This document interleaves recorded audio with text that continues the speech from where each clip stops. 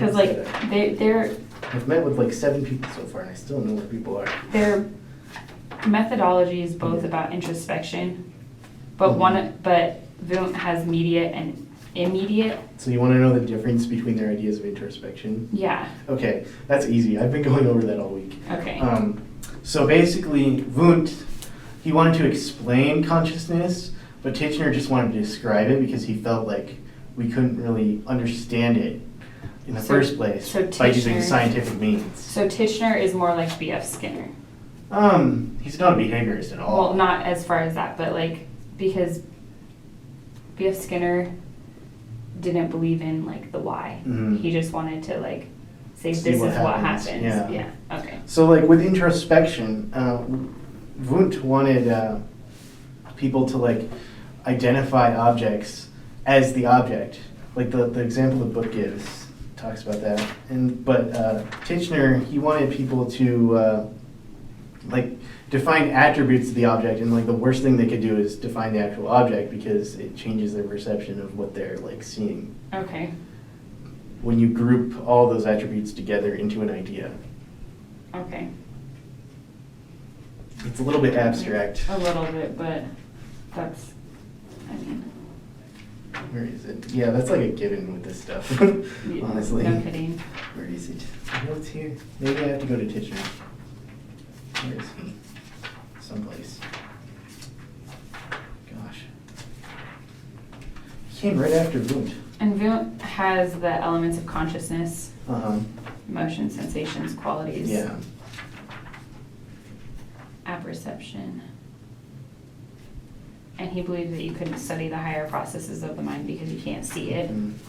Okay. So Did Titchener, though, think that you could study the higher processes? Let us find out. As soon as I can find him. Gosh.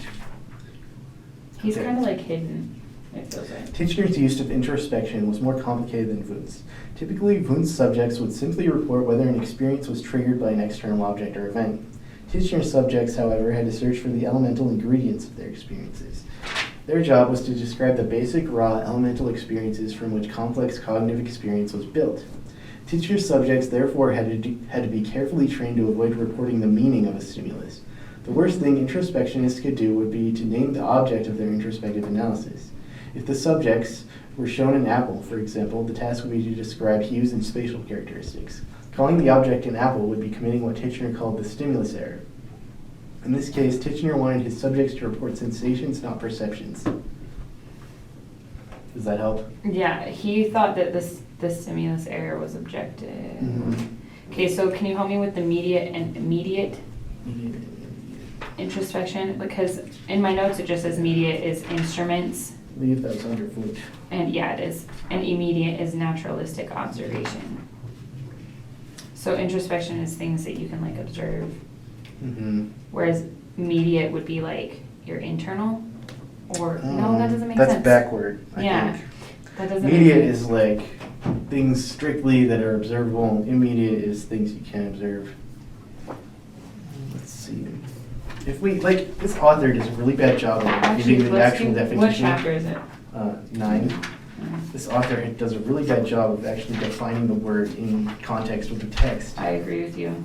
Okay, so it's probably right here. Immediate experience. Experience that is provided by various measuring devices and is therefore not immediate direct experience. And then, That's and then immediate experience is direct subjective experience as it occurs. so like. So he's saying that Give me an when example. you're recording a measurement with like some kind of tool, that doesn't show experience. And Like, that's mediate? that doesn't show like, it's an observation, but it's not like a personal observation. Okay, so immediate would be your personal, like how Yeah, the subjective person. experience. Okay, And then immediate experience would be like a measurement, something that can be repeated.